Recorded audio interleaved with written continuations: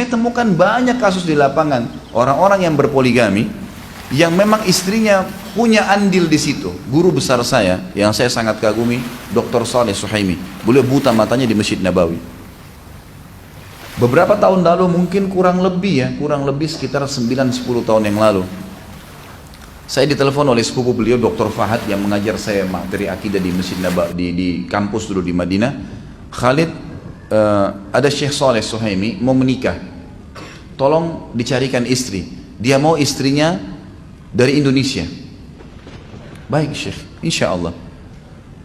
Saya iklanin di pengajian saya, waktu itu masih di Makassar. Saya iklanin, ini ikhwah akhwat, tolong, ada seorang Syekh, beliau pengajar di Masjid Nabawi, hafal Quran 30 juz, gitu kan. Beliau seorang ulama, mufti, seluruh dunia banyak mengambil fatwanya beliau, tapi memang beliau buta, umurnya sekitar 50-an, ingin menikah poligami. Saya juga awalnya, waktu itu saya belum poligami, dan akhirnya saya berpikir apakah ini bisa terjadi gitu. Tapi saya coba tawakal Allah. Subhanallah, banyak akhwat yang hubungin saya waktu itu ke HP saya. Ustaz, saya dengar ada berita begini, apa benar? Saya bilang iya, benar. Baik Ustaz, saya bersedia. Ada beberapa orang, maka saya sampaikan ke Syekh. Syekh, ini biodatanya sudah masuk, namanya si fulan, umurnya begini dan seperti ini. Syekh pun menyampaikan kriteria yang dia inginkan, dan Syekh waktu itu sudah memiliki 3 orang istri. Ini istri yang keempatnya. Saya sampaikan, ini Syekh sudah punya 3 orang istri, dan dia membutuhkan istri yang keempat. Subhanallah, ada di antara akhwat yang kita tidak fikir. Saya waktu itu masih menikah dengan 1 orang istri saya di Makassar, dan saya tidak tahu kalau memang akan terjadi itu. Ternyata ada di antara akhwat kita, dan umur mereka masih muda, mereka masih baru menuntut ilmu, tapi mereka mau.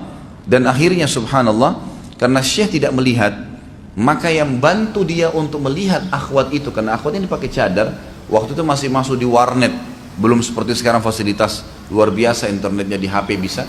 Itu masih di warnet, kemudian masuk di warnet yang tertutup, ruangan tertutup. Ukhti kita ini yang sekarang jadi istri beliau di Madinah, dan masya Allah sudah punya anak, sekarang sudah warga negara Saudi. Itu kan, duduk di depan komputer, kemudian dibuka cadarnya, yang bantu Syekh untuk melihat calon istri ini, istri pertamanya beliau, Ummu Abdillah. Dan Ummu Abdillah yang mengatakan, Syekh ini sudah cocok buat anda, lamar saja dia.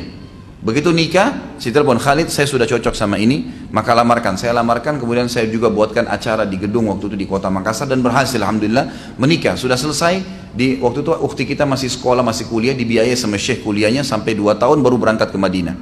Setelah itu akhirnya punya anak dan sampai sekarang hidup. Bahkan Ummu Abdillah berbagi malam. Awal datang Ummu Abdillah mengatakan kepada Syekh, dia mengatakan istrinya yang pertama ini bilang, saya kasih malam saya untuk orang ini, gak apa-apa, ini seperti adik saya sendiri. Dan dalam rumah tangga beliau itu saya lihat luar biasa, bagaimana istrinya itu seperti saudara. Bahkan saling telepon, hari ini kamu mau masak apa? Saya masak yang lain ya. Terus begitu. Kalau sopirnya Syekh pergi ke pasar untuk beli belanja makanan, maka masing-masing punya pesanan. Dan mereka tidak pernah itu yang kita dengar berantem, pukul-pukulan. Saya nggak habis berpikir kalau itu bisa terjadi, kecuali memang niatnya sudah bukan karena Allah dan Rasulnya. Dan banyak kasus seperti itu.